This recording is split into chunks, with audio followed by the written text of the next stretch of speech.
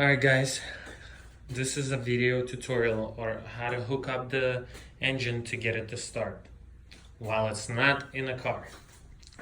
Okay, so this is a VE pump for a 4BT Cummins. This wire goes to the fuel pump kill switch. This goes and hooks up to the positive wire. Then you have a starter. This is a starter.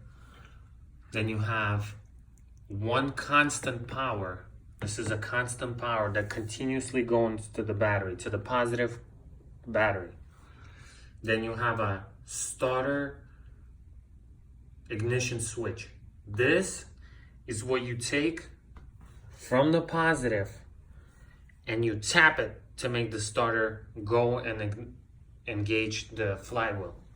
Then you need a solid negative cable that needs to go to the engine or somewhere that's completely negative on the engine.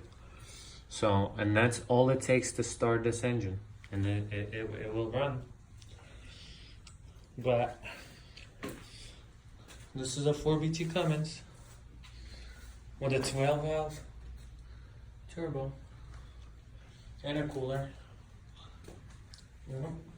That's about it.